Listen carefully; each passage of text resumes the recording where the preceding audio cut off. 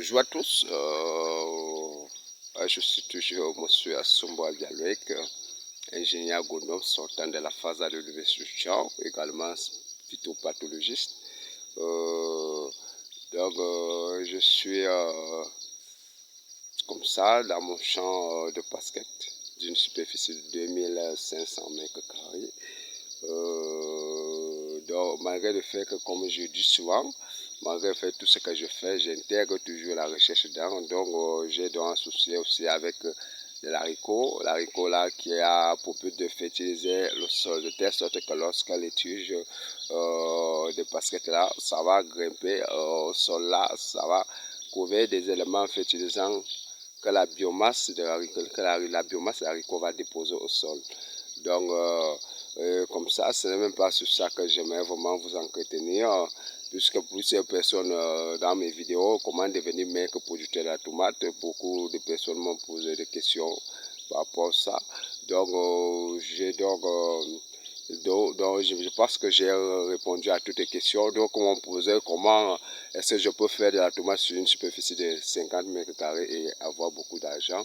Je pense que j'ai répondu à toutes ces questions, toutes les questions qui m'ont été posées. Donc, personne m'a parlé de la musique. Je pense que j'ai compris.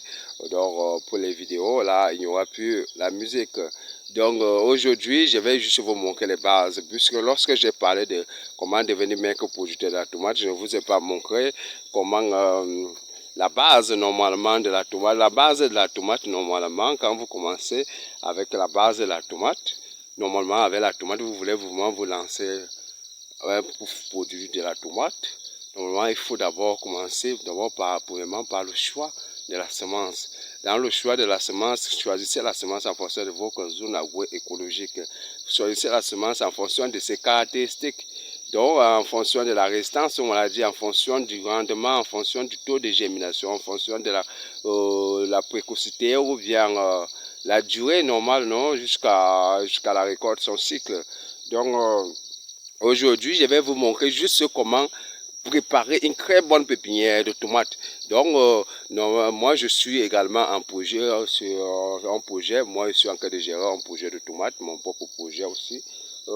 Donc, je vais mettre 2500 mètres carrés de tomates ici à Ebolva. Donc, comme ça, pour préparer une très bonne pépinière de tomates, il faut falloir faire une planche comme ça. Après la planche, il faut pailler le sol et après la planche, il faut fertiliser le sol avec la fiente de pôle. Et ensuite, il faut tracer les lignes de semis et passer au semis direct. Et comme ça, vous allez pailler le sol et arroser. Et une chose très importante, 3 jours plus tard, 4 jours plus tard, venez enlever la paille. Enlevez la paille maintenant, vous pouvez appliquer la moustiquaire. Vous pouvez appliquer, quand vous allez appliquer la moustiquaire, vous allez mettre la moustiquaire. La moustiquaire permet de réduire l'impact d'utilisation des produits chimiques en pépinière.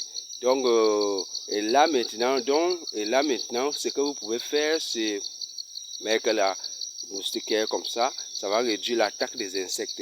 Et au fur et à mesure, vous pouvez maintenant traiter même peut-être 1 ou 2 fois par semaine. Vous appliquez.